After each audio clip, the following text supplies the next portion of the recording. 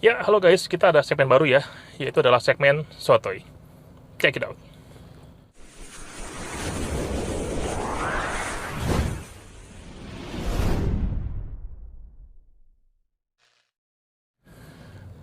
Oke, selamat tahun baru 2021 ya. Dan kita akan bahas mengenai tahun lalu, 2020, dan tahun sekarang. Gimana prediksinya, apa aja kira-kira menjadi peluang dan hambatan guys.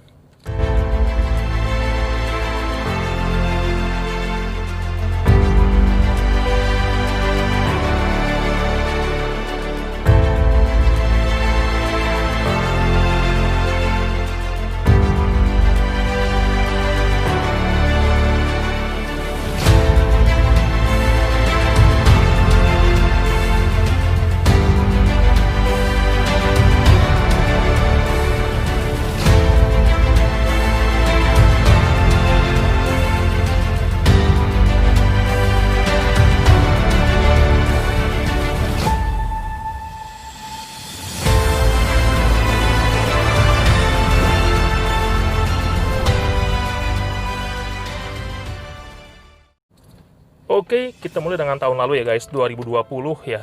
Tahun yang agak berat ya, nggak mudah. Jadi mulai awal tahun memang waktu itu pasar lagi nggak terlalu bagus ya, karena memang ekonomi luar itu lagi tertekan karena COVID. Tapi untuk internal atau dalam negeri itu masih aman guys. Sampai akhirnya bulan Maret atau April ya guys, tiba-tiba ada PSBB, ya kita nggak boleh buka, dan semua usaha pun juga lumayan susah ya, drop ya. Jadi pasar tuh tiba-tiba hilang, karena memang nggak ada mobility, dari mobil, kuliner, semuanya pun tiba-tiba drop guys. Ya pokoknya itu adalah masa-masa yang paling nggak enak ya. Itu adalah namanya gray zone ya. Itu adalah area yang kita nggak tahu masalahnya apa dan apa solusinya. Sampai ya dari pernikahan pun dilarang ya. Jadi orang banyak yang mau nikah di cancel, ya banyak hal lah guys. Lalu pada bulan November ya, akhir tahun atau Desember, tiba-tiba semua itu berubah ya. Nggak tahu, saya nggak tahu di kawan-kawan, tapi di saya pribadi ya, di usaha kantor ini tiba-tiba pasar naik ya guys. Jadi kita akan kupas mengenai tiga hal sih, atau tiga orang yang terdampak oleh COVID. Oke, yang pertama adalah yang langsung terdampak. Ini adalah misalnya kayak orang yang kena PHK, atau orang yang usahanya pun jatuh ya, atau dia kolaps, sehingga daya belinya hilang. Jadi mereka nggak ada income lagi. Oke, yang kedua adalah ini pihak yang terdampak tapi nggak secara langsung. Misalnya dia adalah seorang karyawan, dia masih kerja, tapi mungkin gajinya dipotong, atau mungkin dia punya tunjangan dikurangi. Yang ketiga itu adalah dia adalah orang yang nggak terdampak ya guys. Misalnya dia adalah seorang karyawan, posisi tinggi, gajinya pun nggak masalah, nggak ada potongan, dan kantornya running aman. Atau yang kedua dia adalah seorang pengusaha yang usahanya aman, misalnya kayak farmasi, seperti apa Indofood ya, dia kan semuanya aman karena memang ramai guys. Jadi ada tiga ya, terdampak langsung, nggak langsung, dan nggak terdampak sama sekali. Oke, untuk yang langsung terdampak guys, ini adalah pasar yang hilang. Kenapa hilang? Karena dia punya daya beli itu jatuh, hilang, sehingga mereka pengen makan pun susah guys ya. Jadi mereka harus adaptasi. Jadi ada perubahan, mungkin yang tadinya karyawan jadi pengusaha, atau dia tadinya karyawan pindah kerja. Dan yang kedua adalah untuk yang wirausaha yang tadinya dia gagal atau mungkin dia kolaps, jadi mulai mencari dana baru, atau mungkin dia pindah usaha lain guys. Sekarang yang pertama itu adalah pasar yang hilang ya, sementara, temporary. Oke, sekarang yang kedua itu adalah pasar yang tertunda atau wait and see. Nomor 2 nih guys ya. Jadi dia adalah seorang karyawan yang masih kerja tapi gajinya dipotong, atau dia seorang pengusaha yang berkurang pendapatannya. Dia wait and see. Kenapa? Karena ini posisi yang abu-abu ya. Jadi mereka pengen belanja tapi dia ragu-ragu karena wah nanti gua beli mobil, nanti tiba-tiba usaha gua nggak jalan gimana? Atau gue pengen beli rumah tapi usaha gua lagi agak sepi, gimana nih bos? Atau yang ketiga, ini anakku mau nikah, tapi untuk anggarannya gue ngeri-ngeri, nanti gue bikin acara nggak ada tamu. Atau juga kalau nikah nggak pakai acara kan malu guys ya. kurang gimana gitu kan. Jadi mereka menunda. Uangnya ada, tapi mereka masih nunggu sampai kondisi aman.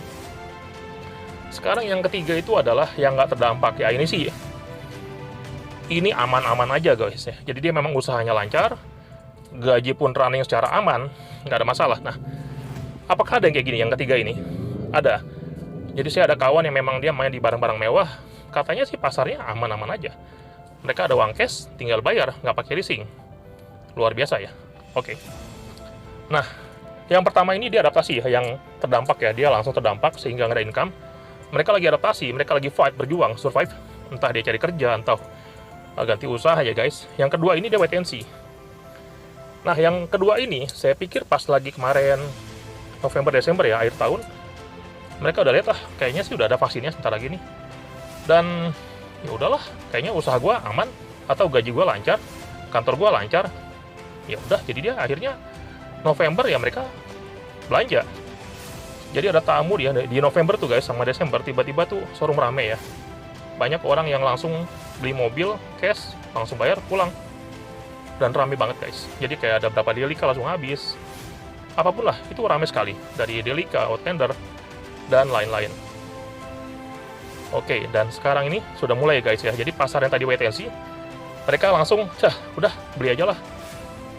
Dan sekarang gimana pada tahun 2021 bos? Ya memang untuk kawan-kawan yang saya tahu ya, usaha WO, wedding organizer, dan juga IO ya, lagi berat. Tapi untuk tahun depan, saya pikir setelah ada vaksinnya, setelah disebarkan, itu adalah kabar baik sih. Kedepannya itu ya, kayaknya arahnya positif. Jadi sudah nggak grey lagi guys. Jadi dari warna abu-abu sudah mulai agak putih. Artinya ini peluang.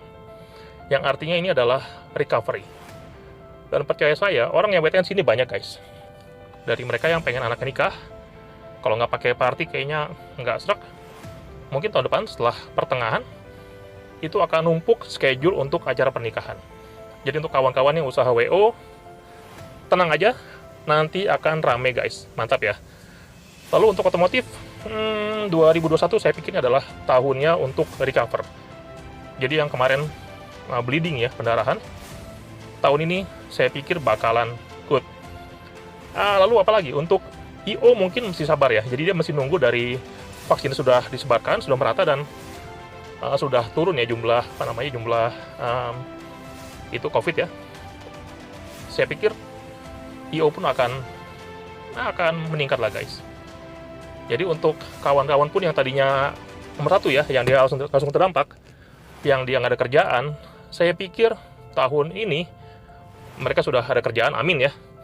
Dan mereka sudah recover, sudah dapat usaha baru, atau mereka sudah punya kerjaan baru yang bagus, mereka sudah ada income, sehingga mereka bisa spend uang mereka yang nantinya akan berimbas pada perputaran keuangan ya guys. Dari UKM dan dari UKM, usaha besar, apapun akan bangkit lagi guys. Lalu pertanyaannya, sekarang ini krisis ya guys, tahun 2020. Apakah sama dengan tahun 97? Jawabannya sih beda ya. Karena pada tahun 97 itu adalah dolar naik sehingga banyak pengusaha konglomerat yang utang di luar negeri itu nggak bisa bayar, jadi mereka kolaps. Tapi kalau tahun ini memang yang kena adalah UKM. Tapi percayalah, tahun ini kita akan bangkit, dari bangsa, negara, semuanya akan bangkit, dan kita akan pulih dan akan makin maju lagi. Oke? Wassalam.